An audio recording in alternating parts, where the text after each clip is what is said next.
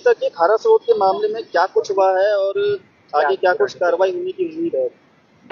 देखिए, 52 दिन आंदोलनकारियों को आंदोलन करते हो गए हैं और सरकार की हठधर्मिता के चलते, क्षेत्रीय विधायक की हठधर्मिता के चलते इनके सरकार के कान में जू नहीं रेंग रही है। जैसा कि आपको पता है कि देवभूमि हमारे 4 धाम यात्रा का प्रवेश द्वार है, साधु संतों की नगरी है, ऋषि मुनियों की तपस्थली है।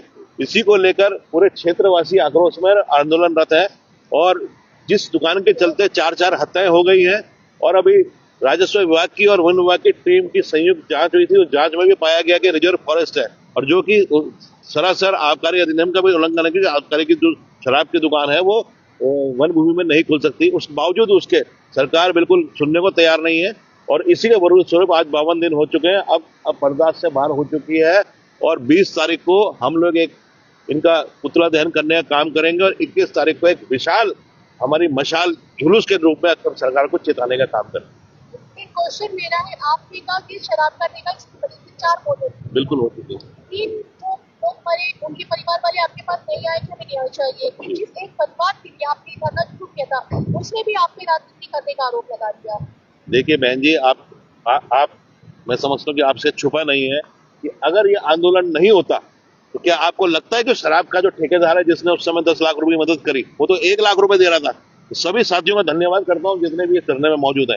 सभी ने जब एक हौसला बढ़ाया उस परिवार का और हम हमारी भावनाएं उस बहन से, छोटी सी जो बेचारी अभी बहुत जिस लड़की की हत्या हुई, छोटी सी बच्ची है उसकी, उसके साथ भावनाएं थी, तो उसके भरण पोषण के लिए अगर उसने 10 लाख रुपए दिए तो कोई एहसान नहीं किया।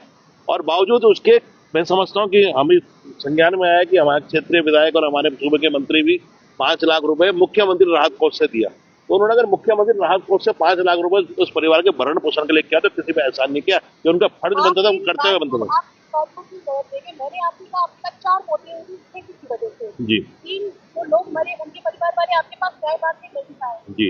एक परिवार के लिए आप न्याय की बात करके यहाँ पर धरने में बैठे थे, उस एक परिवार की लड़की ने भी आप लोगों पे राजनीति करने का आरोप लगाया है। बहुत सारे और गंभीर आरोप भी लगाए हैं, तो आप किसको न्याय दिलाने के लिए यहाँ पे बैठे थे? उनका कहने का मतलब ये है कि ये जो धरना शुरू हुआ था, ये धरना नशा मुक्त धरना था या फिर राजेंद्र कंडारी को न्याय दिलाने वाला? मैं समझता हूँ वो अभी सदमे में है। मैं समझता हूँ वो परिवार अभी सदमे में है और अभी उनके जवान भाई की मौत हुई है, तो कहीं ना कहीं उस परिवार को बरगलाकर, बहला फुसलाकर मैं समझता हूँ कि अभी सदमे से बाहर नहीं उबर पाई वो बालिका। हमारी छोटी बहन है और हमारी उसके प्रति भावना है, सद्भावना है और उसको कहीं ना कहीं गुमराह किया गया है, उसको गलत मिसगाइड किया गया है। उसके लिए मैं समझता हूँ हमारी पूरी, हम सभी साथियों की भावना है, उस परिवार के प्रति हमारी भावना है और उसको कहीं ना कहीं गुमराह किया गया है। वो भी जानती है कि जिस दिन राजेंद्र कंडारी की हत्या हुई थी उस दिन हम लोग सामूहिक रूप से, जितने साथी यहाँ बैठे और भी लोग थे, और 300 लोग में मुकदमे हुए। उस समय वो बहन भी वही थी और उस बहन के कहने पे हम लोग आंदोलन था। उस बहन लास्ट मोमेंट तक वो बहन थी और जब वो 10 लाख रुपए की बात जब हुई कि 10 लाख रुपए शराब के ठेकेदार ने उनको दिए तो कोई एहसान नहीं किया। और मैं समझता हूँ परसों मंत्री जी गए, उन्होंने क्या बोला और उनके साथी जो गए उन्होंने क्या बोला, कहीं ना कहीं उसको गुमराह किया गया है और हमारी भावना उस बहन के साथ है। हमारी उससे कोई नाराजगी नहीं, हो सकता है कहीं ना कहीं उसको गलत फहमी हो, उसको गलत गुमराह किया गया, मिसगाइड किया गया उसको। एक और मैं आपसे पूछना चाहूँगी, 10 लाख रुपए की तो मैं बात ही नहीं, जो उसकी बहन है उन्होंने जो स्टोरी में पढ़ के जिन्होंने फैब्रिकेशन के नाम किया है उसको 10 लाख रुपए का तो कहीं नहीं है, तो 10 लाख रुपए की तो खैर बात ही नहीं करते।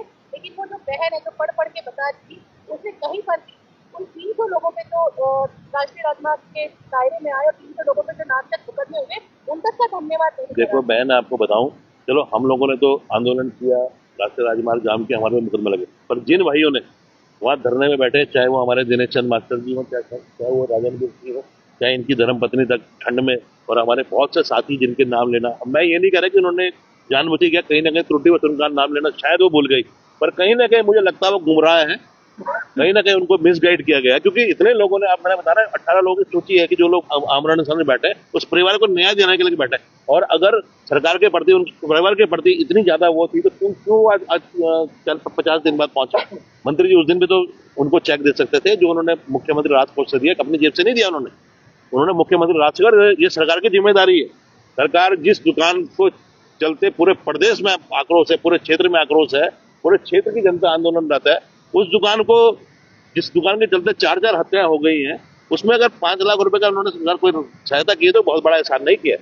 नहीं सर आपने कहा कि 5 लाख की भी हम आपको बता दें, 5 लाख की जो मुख्यमंत्री राहत कोष से जो माननीय मंत्री जी उनके घर पे लाए थे, वो 5 लाख जो है जिस दिन हमारा धरना चल रहा था, जाम रोड सड़क पे जाम थी, एसडीएम, तहसीलदार, सीओ नरेंद्र नगर, एसओ मुनिकीरेती और अन्य एसपी तमाम अधिकारियों के सामने जो है, आंदोलनकारियों के सामने ये वो समझौता पत्र आज भी उसी बहन के पास है। वो उसकी नौकरी के लिए डीएम से बात हुई थी, हमारे सामने बात हुई थी कि इनको जो है, उन्होंने कहा था मैं तत्काल माननीय मुख्यमंत्री राहत कोष के लिए जो है प्रपोजल बना के भेज रही हूँ। ये मुख्यमंत्री राहत कोष का कोई सुबोध उनियाल जी ने कोई अपने जेब से नहीं दिया है, ये उस दिन की उस शर्तों में है। उनको नौकरी की भी, रोजगार की भी और इलाज की भी, और ये 5 लाख में तो पता नहीं क्यों उन्होंने मान लिया। आर्थिक सहायता तो ये औरों को तो, अपने लोगों को तो खूब दे रहे हैं ज्यादा, वो तो 5 ही लाख रुपए दिए और वो उस शर्तों के अनुसार मिला है। उस शर्तों के अनुसार ही जो है वो धरना खत्म हुआ था, वो जाम खुलवाया था बॉडी को, तब जो है वहां से उठाया था सड़क में। ये उस दिन की शर्तों में हुआ है। और दूसरी बात वो बहन जो आप कह रही हैं कि वो लिस्ट पढ़ रही थी, फलाने ने इतना दिया, फलाने ने इतना दिया, ठीक है जिसने जितने दिया, लेकिन वो बहन जिनको आज धन्यवाद दे रही है कि माननीय मंत्री, उनको भी तो पूछ लेती। वो तो 4 बार के विधायक हैं, 2 बार के मंत्री हैं, उनसे तो पूछ ले, सुबोध उनियाल जी आप क्या दे रहे हैं, अपनी जेब से 1 रुपया दिया? ये तो मुख्यमंत्री राहत कोष था, जिनको धन्यवाद दे रही हैं, एक दफे सुबोध उनियाल जी से पूछ लेती। उनको तो 2 बार के मंत्री हैं बेचारे, जो कुछ नहीं है उन्होंने तक हेल्प करी है। ये तो 4 बार के विधायक हैं, 2 बार के मंत्री हैं, प्रेजेंट टाइम पे मंत्री हैं, और इतने बड़े बड़े मालदार पाल रखे हैं। जो ठेका चला रहा है ये रणावत सरके के, ऐसे उनके 50 ठेकेदार हैं। 1 मिनट में सबको जो है इशारा करते तो वो उन बेचारों के पता नहीं कितने लाखों लाख की हेल्प हो जाती, करोड़ों में पहुंच जाती, लेकिन किसी को नहीं, एक शब्द नहीं जवाब मांगा उन्होंने कि आपने 52 दिन तक ये मुख्यमंत्री राहत कोष का जो चेक है उसकी एक प्रक्रिया होती है घर में, एक आज तक की जो वो थी, ये तो अब सरकार ने वाई लूटने का एक जरिया बना दिया है कि मंत्री जाएगा साहब, विधायक जाएगा चेक लेके। इसकी एक प्रक्रिया होती थी, तहसील में आता था, तहसील के द्वारा घर को सूचित किया जाता था, आपका मुख्यमंत्री राहत कोष से पैसा स्वीकृत हो रखा है, आप लोग जो है यहाँ पर जरूरी कागजात लेके जो भी पहचान के लिए आप लोग यहाँ पर आ जाइए। वो काम जो है तहसील के कर्मचारी करते थे, पटवारी करता था, लेकिन अब तो मंत्रियों के पास शायद इस प्रदेश का काम नहीं रहा, वो पटवारी का काम भी स्वयं करने लग गए, तहसील के कर्मचारियों का काम भी स्वयं करने लग गए। ये हालत इस प्रदेश की हो गई है। लेकिन 1 रुपया मुख्यमंत्री राहत कोष के अलावा माननीय सुबोध उनियाल जी ने एक चवन्नी दी हो तो हम जीवन भर राजनीति छोड़ देंगे। अच्छा हिमांशु भाई, मेरा आपसे सवाल है। नहीं, आप ही अंकुबा जी बात करेंगे, क्योंकि आप पे ही उसने लड़की ने पढ़ के बहुत गंभीर भी आरोप लगाए हैं, आप पे राजनीति करने का आरोप लगाया है। आपको कहा गया कि आप कभी धरने में नहीं बैठे, जबकि हम खुद जानते हैं जिस दिन घटना हुई थी आप खड़े हुए थे और आपके बाद ही नहीं, मैं उस चीज का, वो बहन मेरे को लगता है उसको जैसे एक स्क्रिप्ट दे दी गई हो कि तूने ये पढ़ना है। मैंने कहा ना कि ये षड्यंत्रकारी लोग हैं, ये षड्यंत्र 50 रचे जा रहे हैं। इस धरने को समाप्त करने का ये परपंच था ताकि हम लोग आपस में भिड़ जाएं। वो कि इन पे बोला गया कि यार रोशन भाई जो वहाँ कहीं थे नहीं, वो आज उनके लिए बहुत वो हो गए हैं कि वे बहुत इन्होंने हेल्प करी है, मेरे मार्गदर्शक हैं। लेकिन जो बेचारे इतने लड़े, 300 लोगों पे मुकदमा लगा, गंभीर धाराओं में पंजीकृत है आज भी मुकदमे, उनका किसी का जो है उन्होंने नाम नहीं लिया ये, लेकिन वो पीड़ा में है। मैं समझ सकता हूँ उनके हालात को, क्योंकि उनको बरगलाया गया है। मेरे को यहीं पे पत्रकार महोदय ने पूछा था कि उसके पापा किसी अवैध शराब व्यवसायी जो पकड़ा गया था उसको जमानत देने गए थे, तो मैंने सिर्फ यूं ही कहा था जब मैंने वो देखी थी, वो फुटेज देखी थी। अब वो बहन जो परसों जो चीज वो बोल रही हैं वो उस टाइम भी बोल सकती थी, पत्रकारों को न बुलाती, अपने मोबाइल से ही एक संदेश दे देती कि ये मेरे पापा पे जो है गलत आरोप लगाए जा रहे हैं। मेरे पापा हमारे भाई की पेंशन, जो अभी परसों बता रहे थे कि पेंशन बंद करने के लिए जो है वो तहसील में गए थे और कुछ रजिस्ट्री के कागज वो दिखा रही थी कि ये हम जमीन को रजिस्ट्री करवा रहे थे कि बेचना चाह रहे थे। ये बेचारे पहले बोल देते, हम लोग उनके साथ खड़े थे। मैंने सिर्फ इतना ही कहा था, तब मैंने भी 1 हफ्ते बाद बोला था कि हमने कहा 1 हफ्ते तक बेचारे जवाब देंगे, उस फैमिली से कोई जवाब आएगा।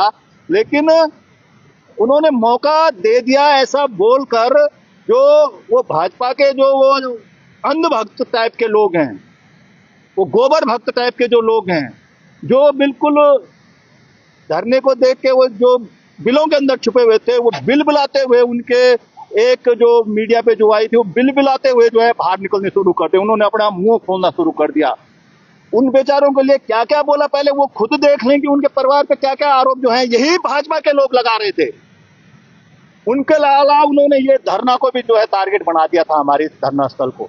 इस पे भी जो है 50 प्रकार के वो जो है एलिगेशन लगाने शुरू कर दिए थे कि ये सब अवैध शराब व्यवसायियों से मिले हुए हैं, ये जो है इस लीगल ठेके को इसलिए बंद कराना चाहते हैं ताकि जो है इनलीगल दारू जो है बिक सके। ये तरह तरह के आरोप, हमारी इतने 52 दिनों की ये तपस्या है, ये कोई धरना नहीं है, ये तपस्वी लोग हैं यहाँ पर, ये तपस्या कर रहे हैं।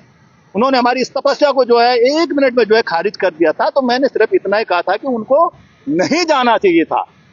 सिर्फ आप मेरे वक्तव्य को अगर आप देखेंगे, मैंने यूं कहा था चाहे कितना भी खास होता, अपना बेटा भी होता तो भी नहीं जाना चाहिए था। ये हालात अभी जो है बहुत खराब हो रखे हैं। और ये कहा था मैंने, उनको यूं नहीं कहा था, उस लड़की के वो जो बहन है, उसके पापा हमारे बहुत अच्छे मित्र हैं। मैंने यूं नहीं कहा था कि मेरा उस परिवार से कोई लेना देना नहीं है, जो वो कह रही है कि मैंने यूं कहा कि मैंने कहा था इस धरने का उस शराब व्यवसायी से कोई लेना देना नहीं है। लेकिन उनको गलत कोट करके जो है उनको बताया गया, उनको बरगलाया गया, शायद उनको ठेस पहुंची है जो उस बहन ने जो ये बोला है। तो वो पहले वो ढंग से उस चीज को सुन ले। जो ये परसों इन्होंने जो बयान दिया है, ये काश पहले देती थी, वो सच है झूठ है उस पर हम लोग नहीं जाना चाहते, लेकिन एक क्लेरिफिकेशन उनको कर देना चाहिए था, स्पष्टीकरण उनको कर देना चाहिए था।